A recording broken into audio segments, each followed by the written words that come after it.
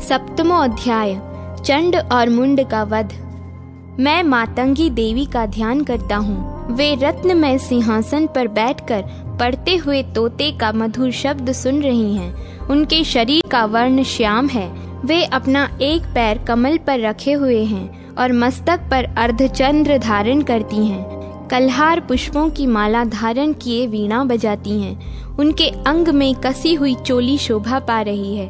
लाल रंग की साड़ी पहने हाथ में शंखमय पात्र लिए हुए हैं। उनके वदन पर मधु का हल्का हल्का नशा जान पड़ता है और ललाट में बिंदी शोभा दे रही है। ऋषि कहते हैं, तदनंतर शुंभ की आज्ञा पाकर वे चंड मुंड आदि दैत्य चतुर्गिणी सेना के साथ अस्त्र शस्त्रों से सुसज्जित हो चल दिए।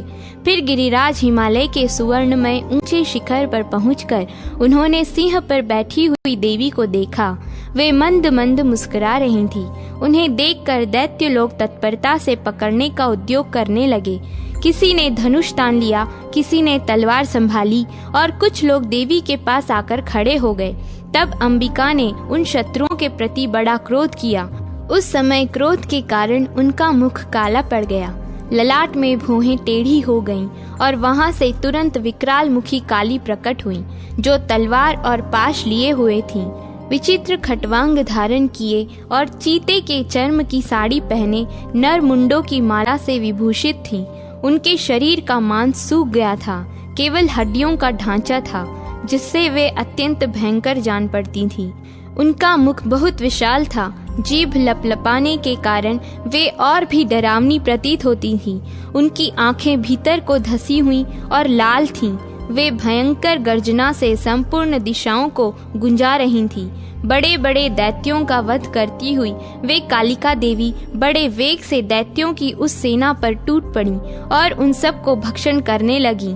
वे पार्श्व रक्षकों, अंकुशधारी महावतों, योद्धाओं और घंटा सहित कितने ही हाथियों को एक ही हाथ से पकड़कर मुंह में डाल लेती थीं। इस प्रकार घोड़े, रथ और सारथी के साथ रथी सैनिकों को मुंह में डालकर वे उन्हें बड़े भयानक रूप से चबा डालती थीं। किसी के बाल पकड़ लेती, किसी का गला दबा देती, किसी को पैरों से कुचल डालती और किसी को छाती के धक्के से गिराकर मार डालती थीं। वे असुरों के छोटे हुए बड़े बड़े अस्त्र शस्त्र मुंह से पकड़ लेती और रोष में भरकर उनको दांतों से पीस डालती।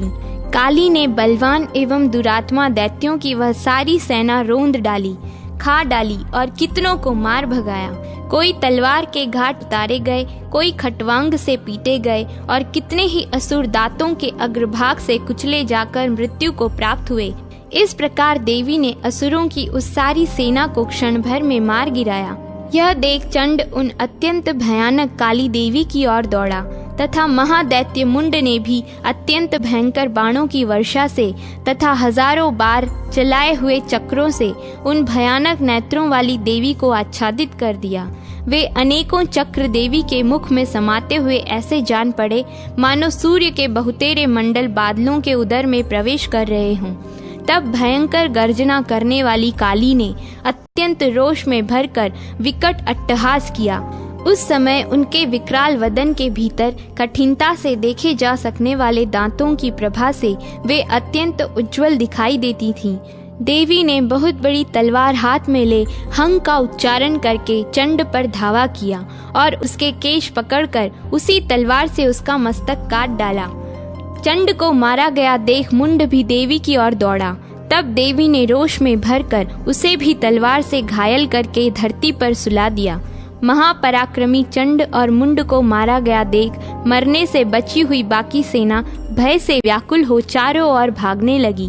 तदनंतर काली ने चंड और मुंड का मस्तक हाथ में ले चंडिका के पास जाकर प्रचंड अट्टहास करते हुए कहा, देवी, मैंने चंड और मुंड नामक इन दो महापशुओं को तुम्हें भेंट किया है। अब युद्ध यज्ञ में तुम शुंभ और निशुंभ का स्वयं ही वध करना। चंड मुंड नामक महादैत्यों को देखकर कल्याणमयी चंडी ने काली से मधुर वाणी में कहा, देवी, तुम चंड और मुंड को लेकर मेरे पास आई हो, इसलिए संसार में चामुंडा के नाम से तुम्हारी ख्याति होगी। इस प्रकार श्री मार्कंडेय पुराण में सावर्णिक मनवंतर की कथा के अंतर्गत देवी महात्म्य में चंड मुंड वध नामक 7वां अध्याय पूरा हुआ।